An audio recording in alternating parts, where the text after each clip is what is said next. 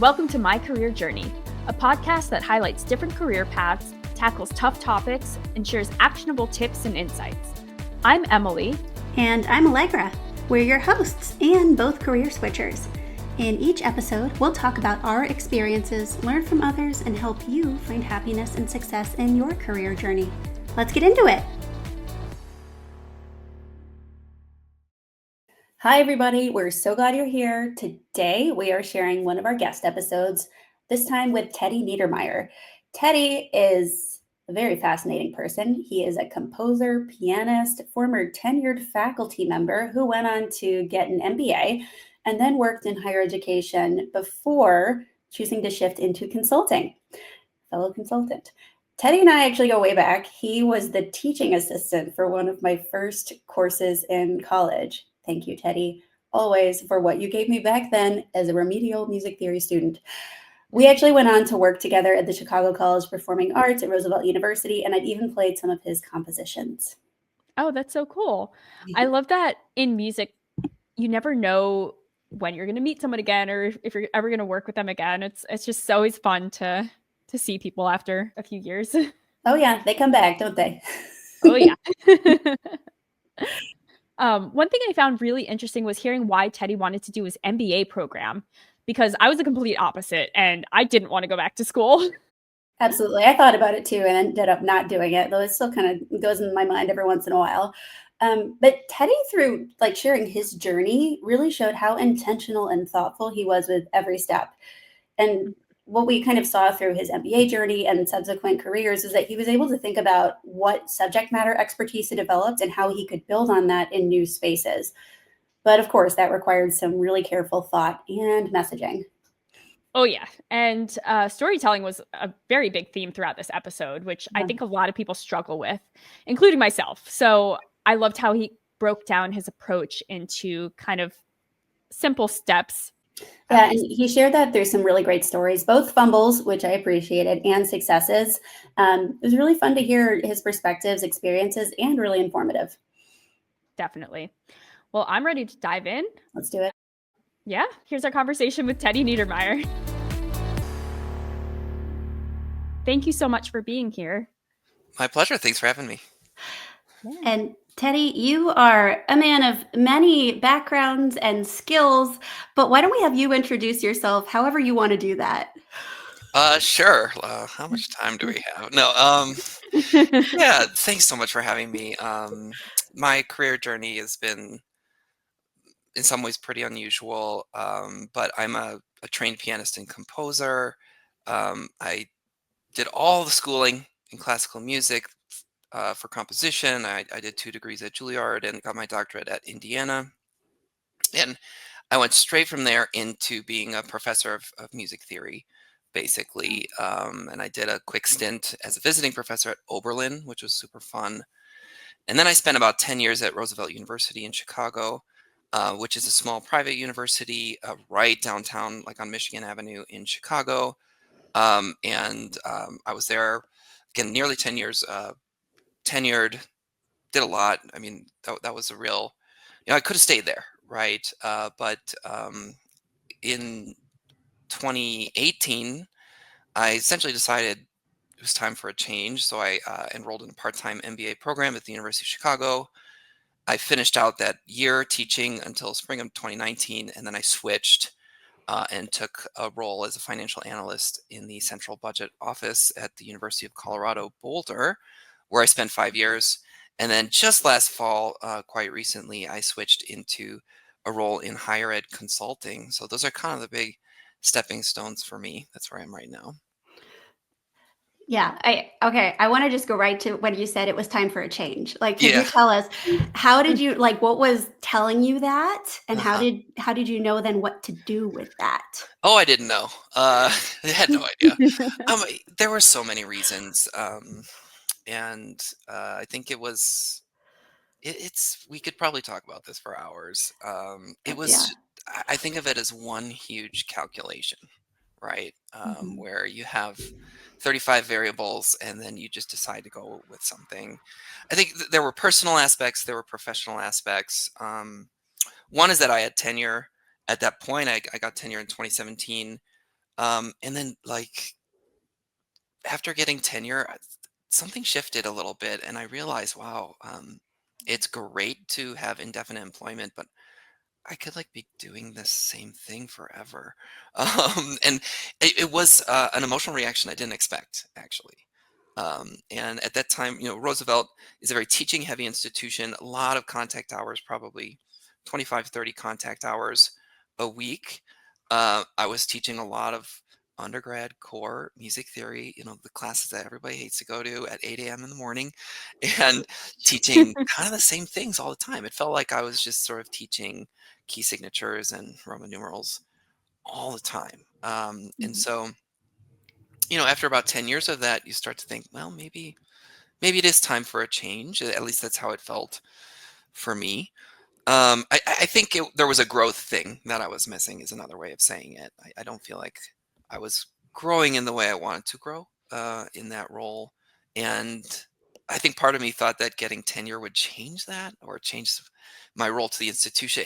It did, but maybe not enough, or not in the way that I expected. So that was one thing. The other thing is my wife plays in the Colorado Symphony.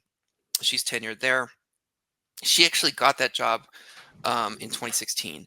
So there was a period of time where we were living in two cities, and we both had these tenured positions, and we were both kind of like, what do we do? And I know this is not uncommon for musician couples.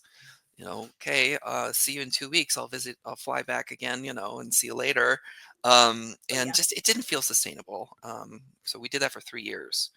Mhm. So there was a professional side to it. There was a personal side to it. And, honestly, it was pretty frustrating, because when you're in that, it feels like a long time ago now, but when you're in it, you, Oh, did we It get seems stuck? you just, I think he's. Oh, there we go. Oh, You're good. we. You're back. Yeah, Teddy, there was okay, this dramatic pause where you said, when you're in it, and then it was like, what happens as next? intended, as intended. Okay. Sorry, sorry about that.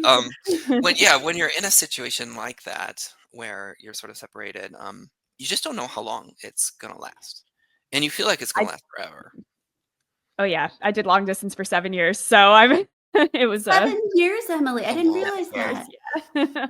So I completely understand, and it's very common with musicians, and it's so hard to kinda navigate that, especially when you have to go where the job takes you, yeah. kind of, and yeah.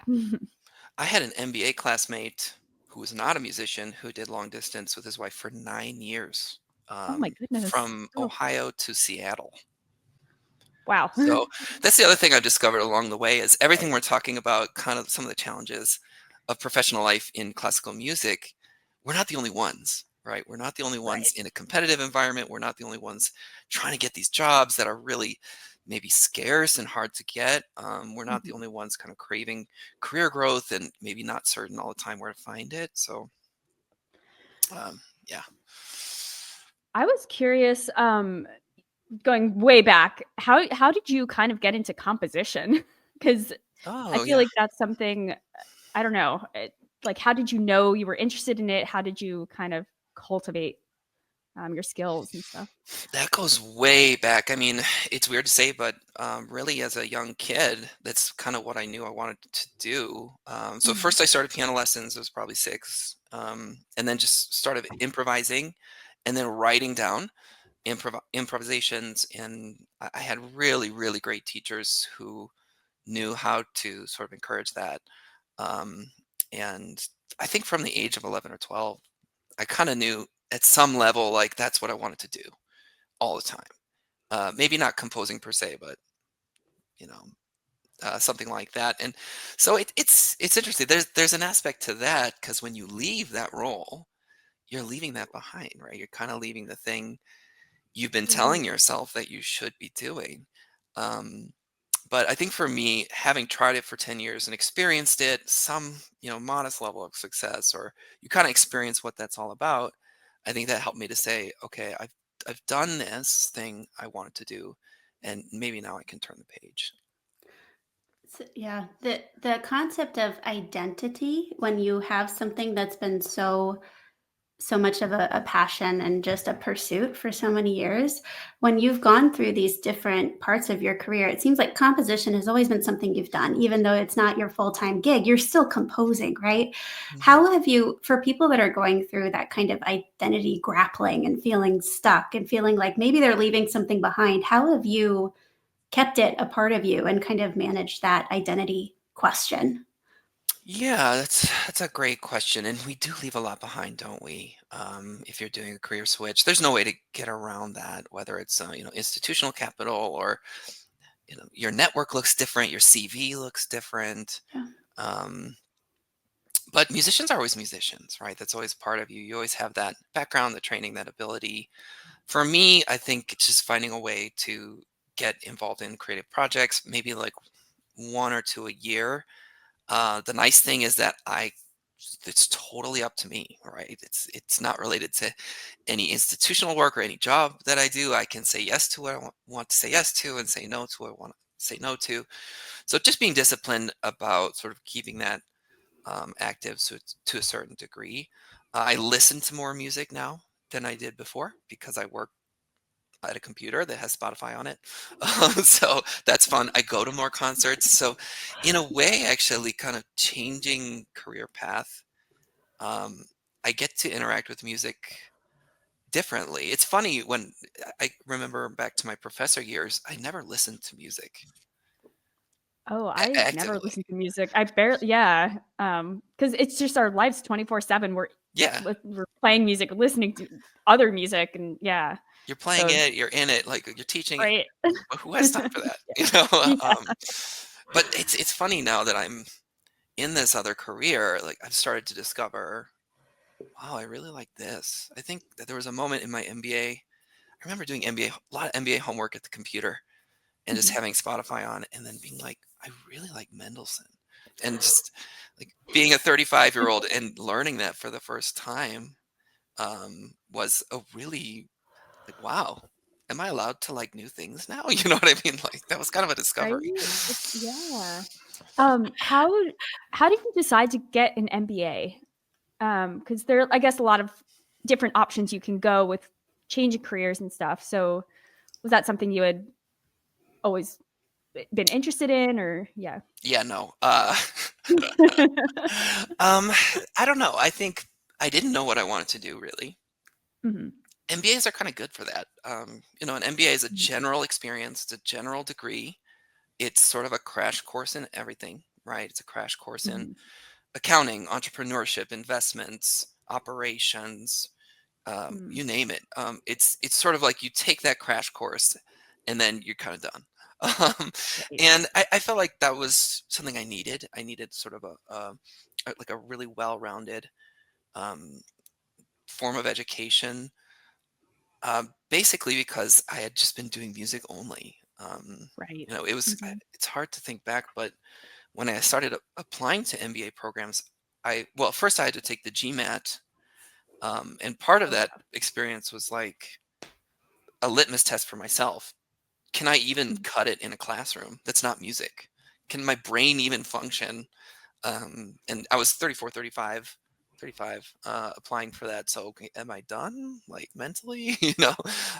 So I took the test, started applying, and then I realized, yeah, I really want kind of a well-rounded basis. And also there's like a leadership aspect to an MBA. You're not just training to know about business, you're training to lead a business or lead a team.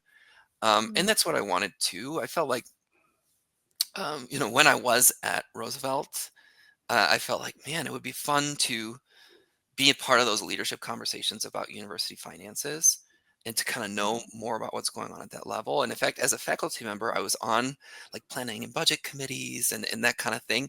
But you're not really kind of a leader in that area. So that was also a desire that I had. So were you able to like translate I guess the experience you had like when you were applying for jobs, how much of the MBA was like part of you being able to kind of transition um and get a new job, and how much of your music did you bring into that? Music, not a lot. I found Mm. it was really hard, and yeah, continues to be hard. With what I'm doing now, there's really no musical activity on my resume. MBA was a big part of it. I don't think I would have gotten my first job as a budget officer if I hadn't been kind of a year into an MBA.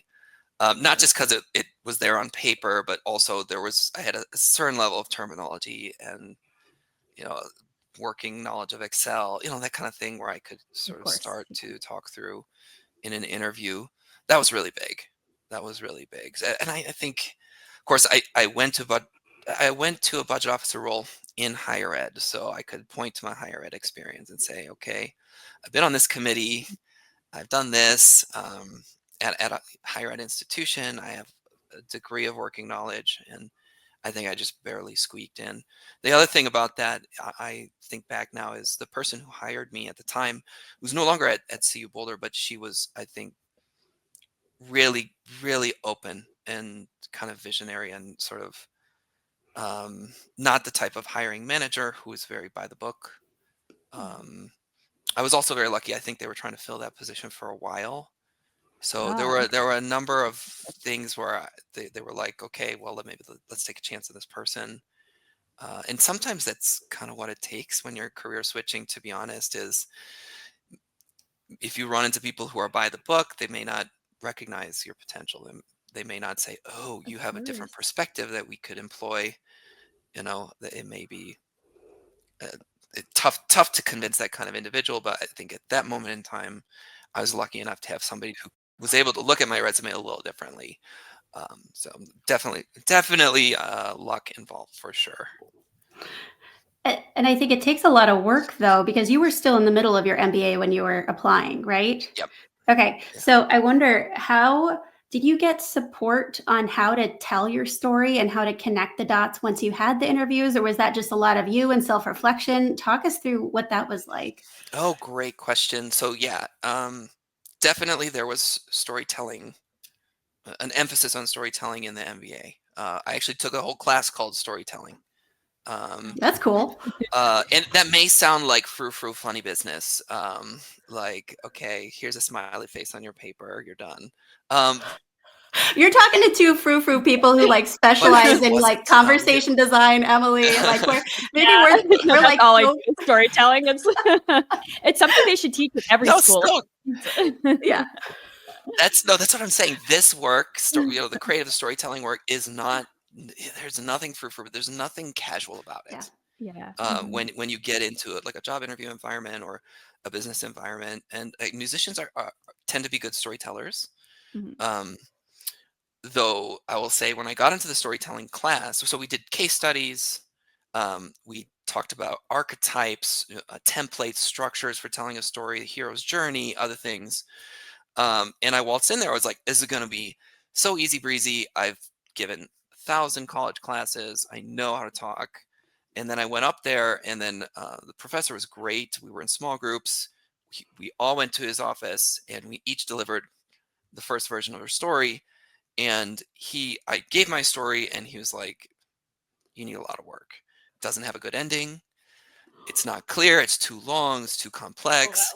And he was 100% correct, right? So there's a real science to it. There's a real science to it in terms of not storytelling in general, but like businessy storytelling, where it has to be pitch length, right? Like 2 minutes or shorter, has to have a beginning, middle, and end. It has to be universal enough so that somebody who's not an expert in the field could appreciate it. But you also want to drop enough specificity or data points in there to signal to experts that you actually know what you're talking about. So there's a lot of little ingredients there. And then you have to deliver it like it's off the cuff. So my MBA classmates and I spent a lot of time doing stories for each other, rehearsing it, talking through it, so that when you're in an interview, you're like, oh yeah, I can talk about this. And then you deliver this like amazing 90-second spiel that's been like polished and practiced and memorized. So yeah, absolutely. So the storytelling is something you work on. I always, if I'm prepping for an interview or something, I'm always practicing that out loud. Or if I know there's a networking event, or if I'm going to, if somebody set up a meeting for me or whatever it may be, you want to practice your story, of course. And then every event or everything you're at, every opportunity you have to tell the story, you can fine tune it and change it swap it out a little bit. It's hard, like for folks who are career switching from classical music to something else.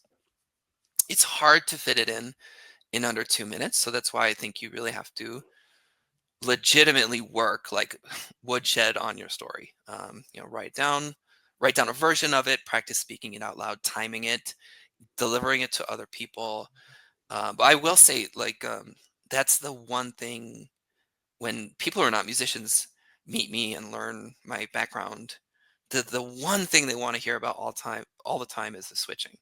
Why'd you switch? Mhm. What'd you do?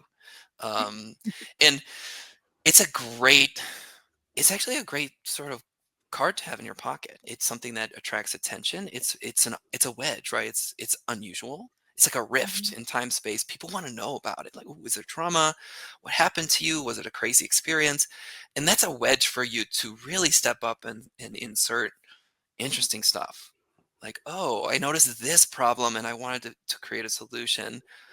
So I think for folks who have switched or are considering switching, that can actually be like a real, I don't know what the right word is exactly, but not benefit, but it can be, It makes you stand out, it's and something it's that makes you stand out. Yeah. yeah, it makes people remember you, and I think that's the main thing you wanna Oh, yeah, be able to, like, give someone, at least when you first meet them. absolutely.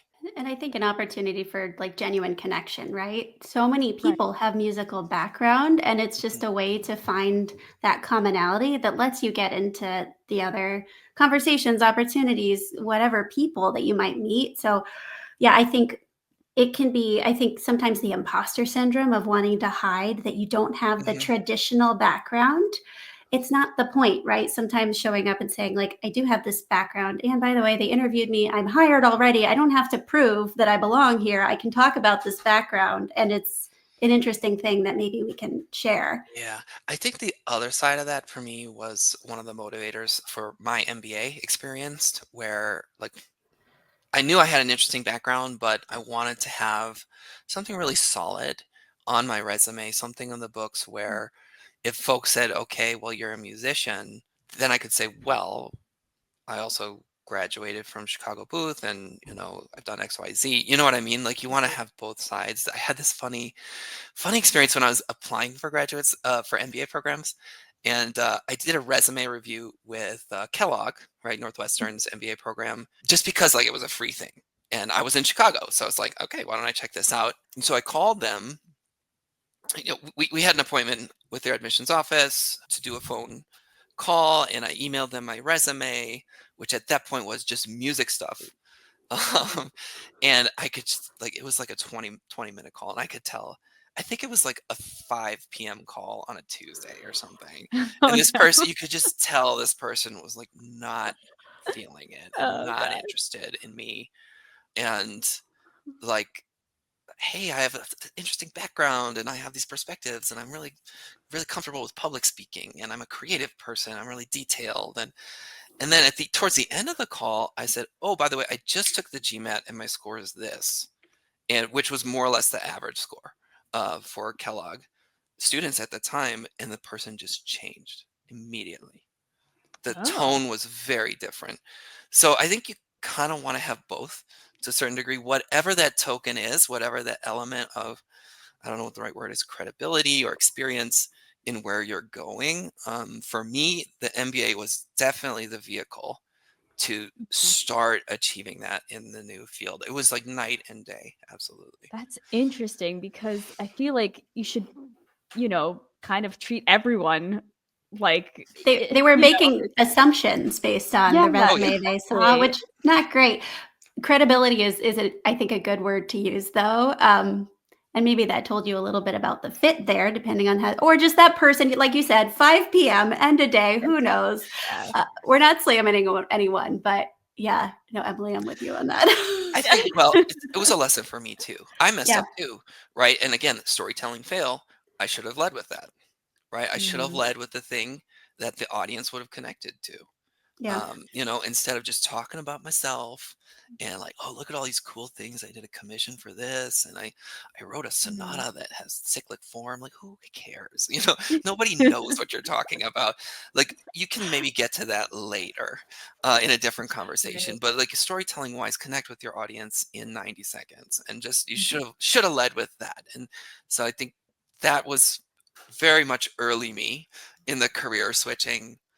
It's very naive, like, hey, this is who I am, you should like me, instead of really thinking in a calculated, sort of polished manner of, let's connect first.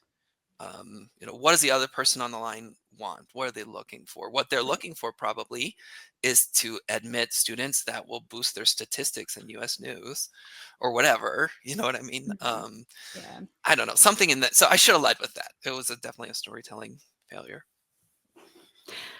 I wonder, Teddy, you've interviewed, I'm sure, for several different MBA programs. You've interviewed for a bunch of different jobs. You've mentioned some storytelling fails. Are there other like interview fails, either from candidates that you've seen and interviewed or that you've experienced? You're like, well, that was a teachable moment for me or for others. Oh yeah, I've seen a lot. I've been on both ends. One of the last things you never want to do is just say, "Oh, I'm just a musician. Oh, I'm just a that." I'm just like, wow, no, you have to pump yourself up, and you know what I mean. Um, Another thing that I is sort of a no-no in my book is leading with kind of your personal conundrum that you want the hire to fix. You know what I mean? Like, oh, okay, my spouse lives in X city, and if you hire me, that will fix my personal family Oh, issue. wow. Don't do that, right? Like, the job of the company is not to fix your own personal issue. Um, Even if they're nice people, like they that's not what they're focused on. I've seen that. Right. I definitely have seen people lead with that. Even while I was in music, like, why do you want this job? Well, my family lives here, and that would really make life easier for us. Like, okay, what does it have to do with what does it have to Right, do with the exactly. hiring institution? Again, it's knowing your Yeah, audience and know your audience. What are they looking yeah, for? What's success look like to exactly. them? Yeah. Not fixing Yeah. your own like geographical issue. um, so those are two that I've seen. I think what I've seen, if I could flip it, like maybe what's really good is, again, it's all about, I guess, all about storytelling right now, where a situation where an interview is every response the candidate gives is a story about how they've succeeded. So like basically if you're giving an hour interview, you conceive of it, if you're the candidate, as you're giving 10 to 12 micro stories about yourself. They each have a beginning, middle, and end. They're easy to understand. The beginning is always a pain point existed. The middle part is I worked on the pain point by doing XYZ. And then the final part is I fixed it. And then the positive impact was this. So actually what I do, if I'm doing an interview is you want to research, right? Research the audience. Yes. What's the company? What are they looking for? What's their history? What's their size? What's their philosophy, culture? Get as much knowledge as you can. And then I just get a cheat sheet or like a Word document on another screen. And just, I think of maybe the top 10 to 12, 15 stories from my work experience, relevant work experience, where I can tell a beginning, middle, end story. Right. And so I have them there. And then when they ask me a question, I'm like glancing over here, like, okay, which of these stories is going to serve as the best answer to this question? And again, you practice each one. It's polished. You want to be able to deliver it in less than 2 minutes.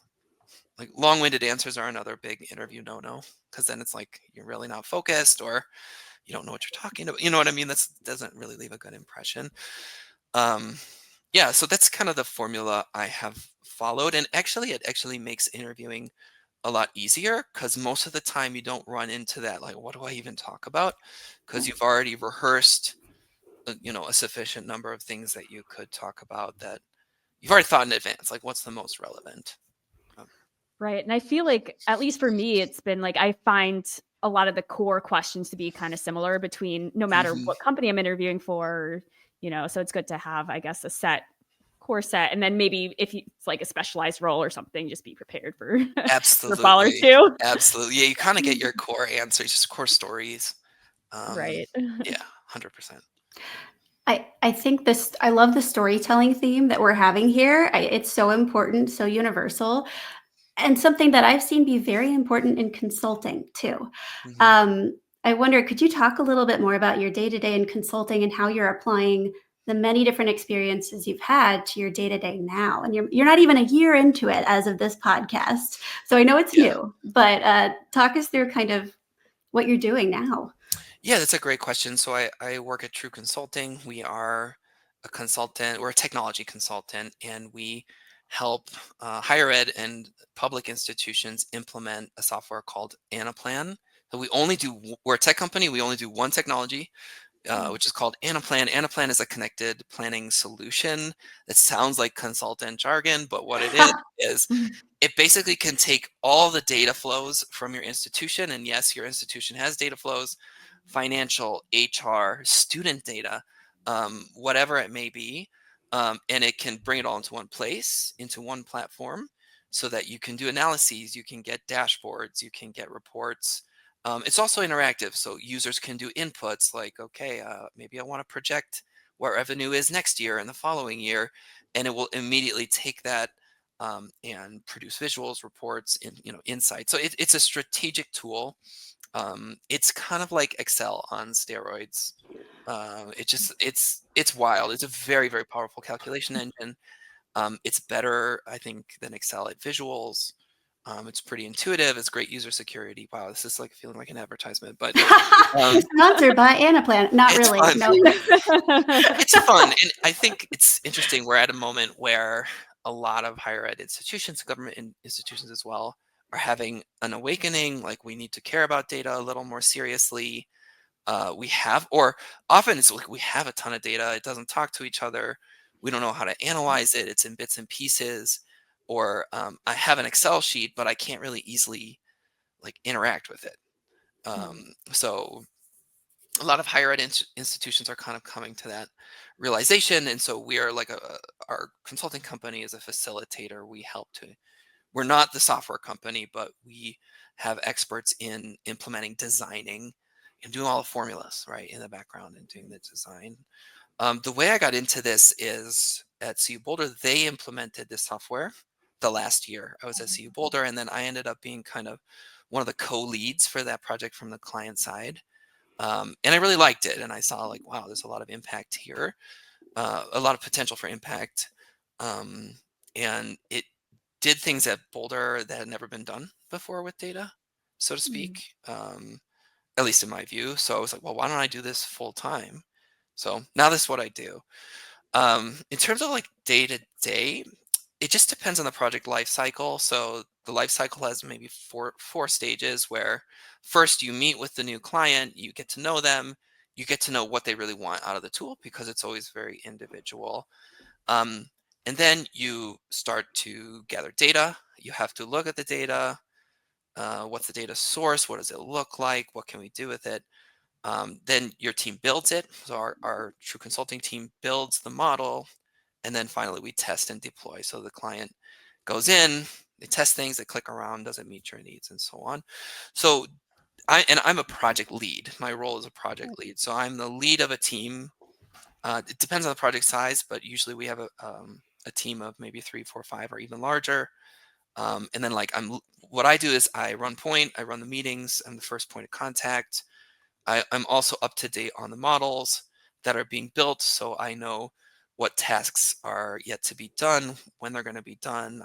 So there's a little bit of project management. When is the next meeting? You know what I mean? So basically, um, I have to know what's going on with every aspect of the project. So what do I do all day? It really depends on which part of the life cycle it is. I might be meeting with clients and getting to know their requirements. I might be, if data is involved, I might be reviewing data sets, looking at what are some of the issues. Does it need to be cleaned? What's the source? I spend a lot of time looking at the models that are being built. I'm the first tester. Does it look right? Does it look consistent? Does the data flow correctly? And then when the client gets to testing, we do a lot there too. We create user guides or we train them on how to use a tool. So a lot of that, I mean, a lot of that actually resonates with my teaching background because I'm running meetings. So you have to be comfortable leading a meeting. Uh, Meetings have to have agendas. An agenda is a lesson plan, right? So what's the lesson plan? You have to get a sense for, okay, if I have an hour with these people, what can I get done? It's just like a lesson plan. If I run out of stuff to do, what's my plan B? If I run out of time, what do I cut? You know what I mean? All the kind of lesson planning type thinking that you do. Um, and then with the training, like if you're training somebody, walking them through something, it's teaching, right? It's really just a form of teaching. So those are areas where it's fun. It's fun to hop on a call and talk to people, crack a few jokes, make fun of yourself a little bit, and then kind of get to work. So that's more or less what I do professionally. So first year in consulting, this is like previously you were internal roles, right? You were always working within an internal team. Now you're client facing.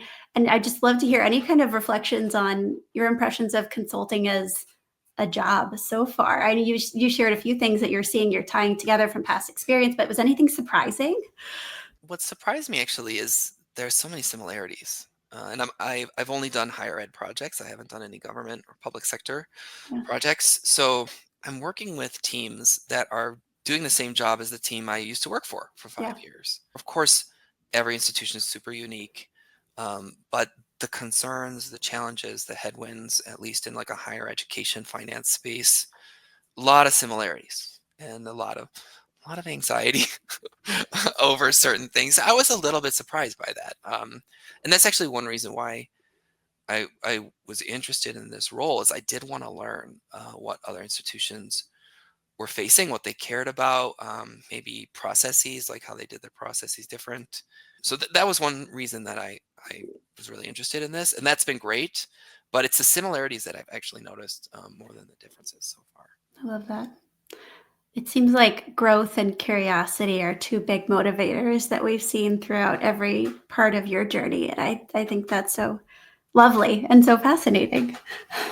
Gotta be curious. Yeah. Otherwise, you're just gonna do the same thing all the Exactly. time. Yeah. That's But one thing oh, go ahead. no, I was just going to say, but some people, they're just different natures of people who would say, no, I got the tenure. This is it. And there's something instead in you that just went click. Maybe not. And I think that's one of the cool things about hearing all these different stories is people's reactions to very similar experiences can be very different. And That is just true. hearing And that, there's really nothing wrong with the other way. I mean, it's right? so individual. And I have really great colleagues who are still at Roosevelt University, for example, who are tenured and are still doing the work, right? They're there every year. Mhm. They're really committed to the institution. They're really committed to the students. And I think that deserves a lot of respect, but kind of in a different way. You know what I mean? Because Absolutely.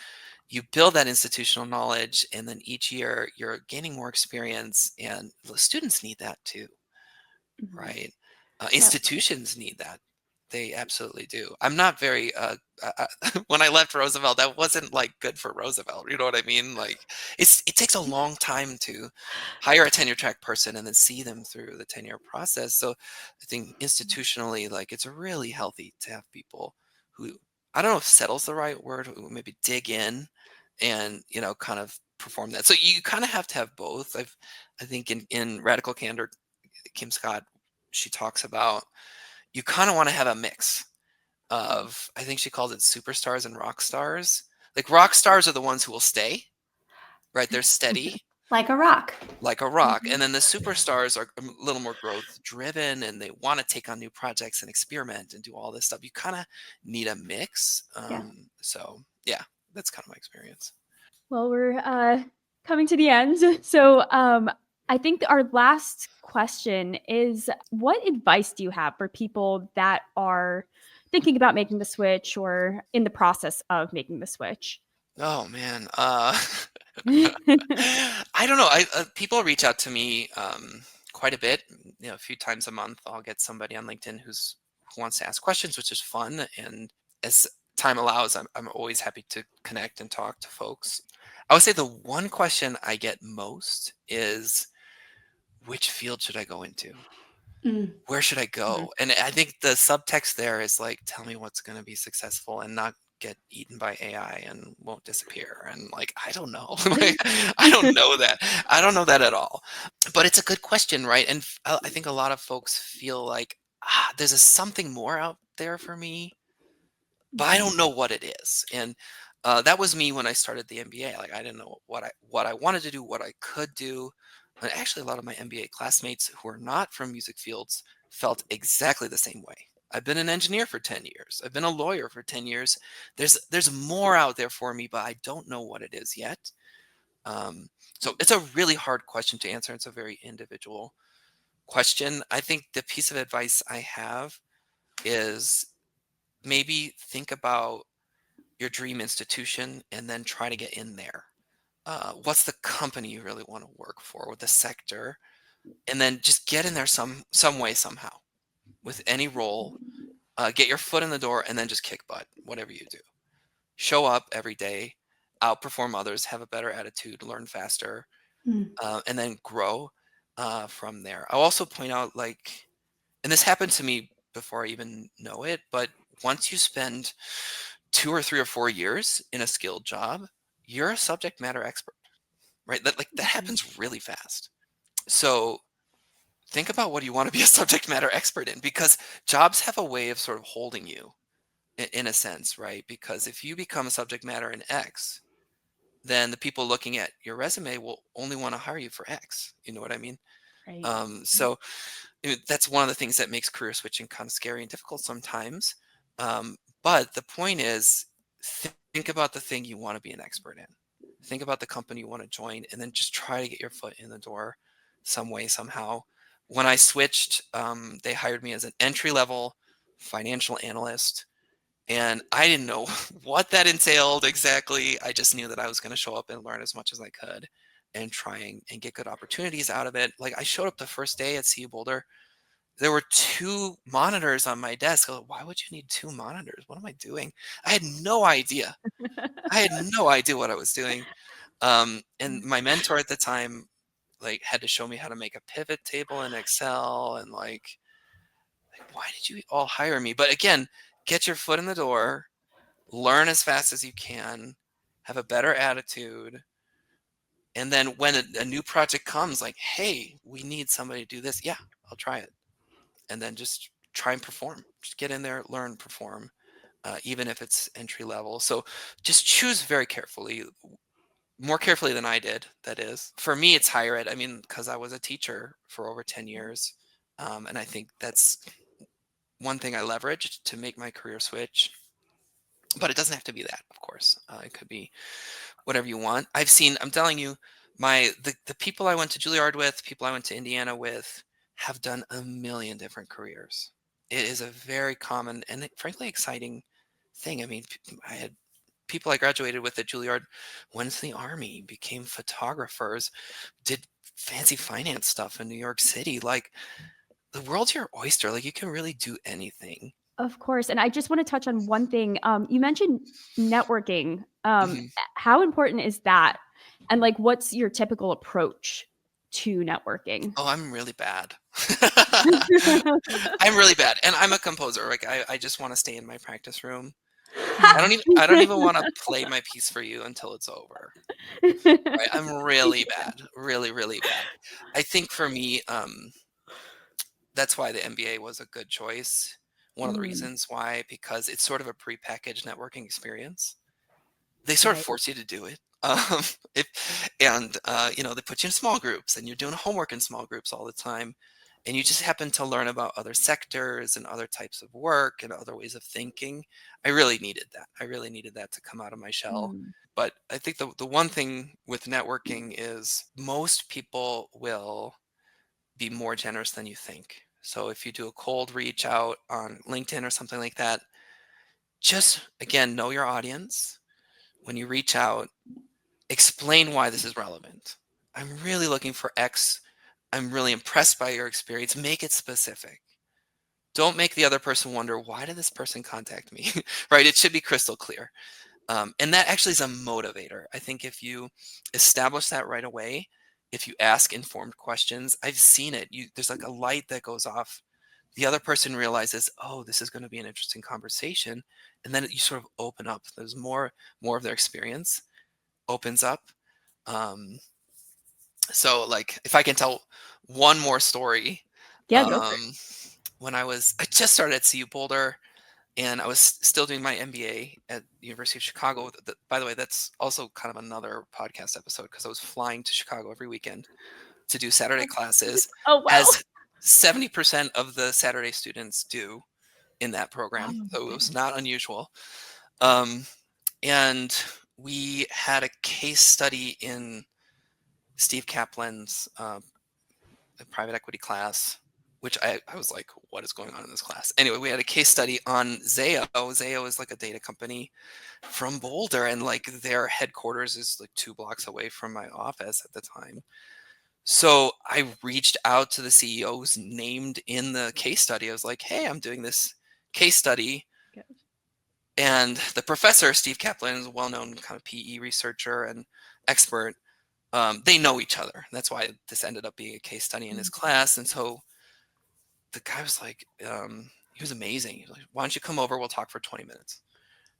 So we did. And I must have asked like 1 or 2 legit questions. Anyway, I had a whole case to base that on. So I had good information. And then there was a moment where he kind of looked at me and he said, okay, I'll tell you how I built this company. And he went through this amazing story of, that went back 20 years on how he got the idea to found the company and what he went through. But there was the big takeaway for me from that was that click. Like there was almost a sound effect in my mind where this person said, oh, you know what? You're genuinely interested. You've done your homework.